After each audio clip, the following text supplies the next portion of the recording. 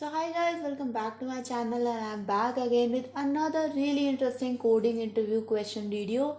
As you guys already know, I do a lot of videos about coding and programming, and if you like my content, I highly request you guys to please do subscribe to my channel, hit the bell icon for future notifications, and if you like this video guys, please do give this video a big thumbs up and also share this video with your friends as well.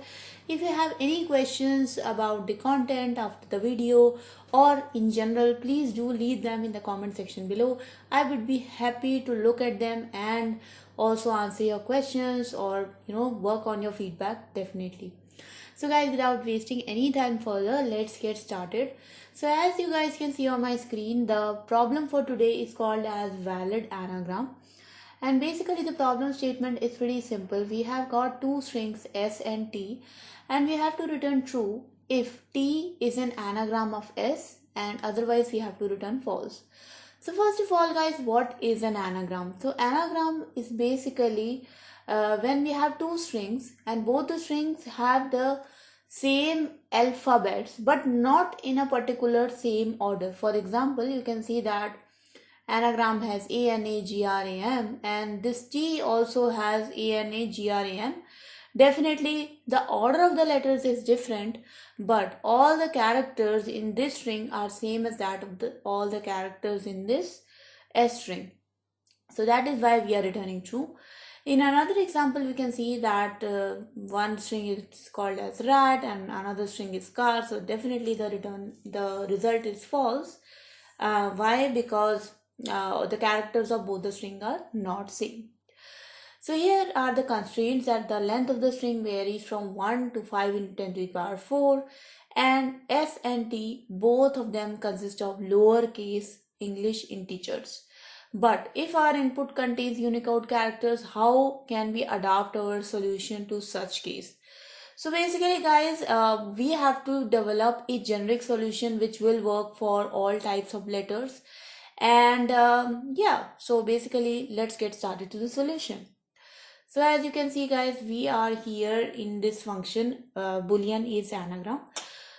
So let's start implementing them. So first thing about these type of questions, whenever we are solving something called as questions related to string, then it is very helpful if you know some of the methods of string class. So for example, in Java, the length method gives us the length, and there is another method called as to-char array which converts the entire string into an array.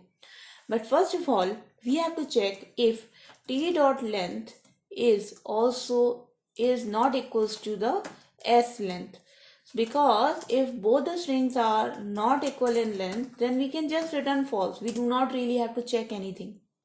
But if that's not the case, then we are going to convert both the strings into a character array. So let me create two arrays, s array and t array. So s.to_char array.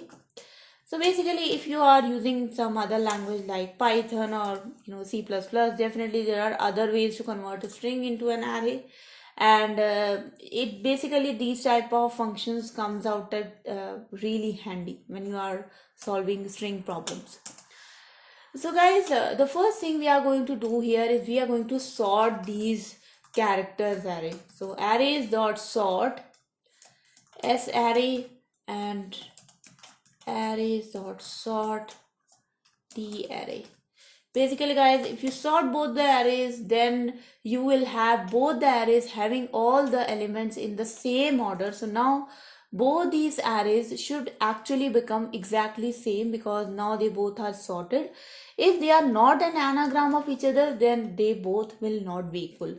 So now you can just create something called as integer I equals to 0 to I less than length I plus plus, and you can just compare if s array of I is not equals to t array of I, then simply return false, otherwise you can return true.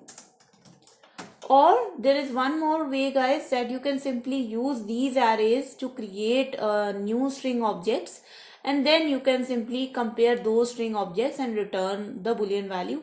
But I want to go with a lesser memory, and I would not like to create unnecessarily objects to more objects. So that's why I have just compared these arrays. So let's run the code now and let's see if that works.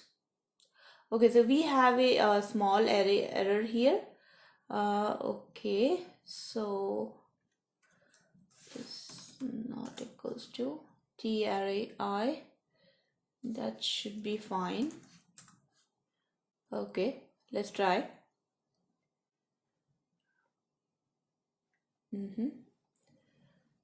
Oh, okay. So basically, instead of if I by mistake wrote is, so now I think it should work.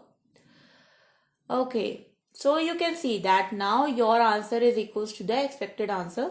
So let me submit this code now and let's see if it actually gets accepted. And yes, guys, you can see that the submission is accepted. Another thing which I was just telling you guys, what you can do is instead of creating this for loop, you can just create a new string, right?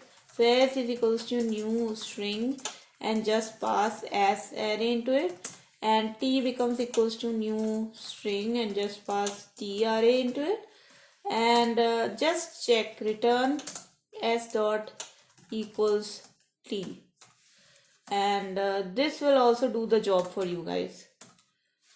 Let's try and run this, because now both the arrays are sorted. So if you create strings from them, they both should be equal. You can see that my answer matches, and let me just submit this solution. Let's see if that gets also submitted and accepted. And yes, guys, you can see that it is accepted. If you just see the details of the solution, then both the solutions will show you some type of runtime distribution. And let me refresh this page and show you again. And you can see that our runtime is pretty much very nice.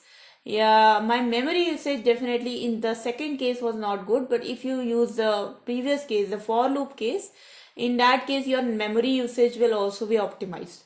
So that's why I showed you both the solutions, so you can implement it and try it on your own and see how it works in your system. And that was about the video, guys. I hope you enjoyed this video, you learned something from it, and now you're just better ready for your upcoming coding interviews.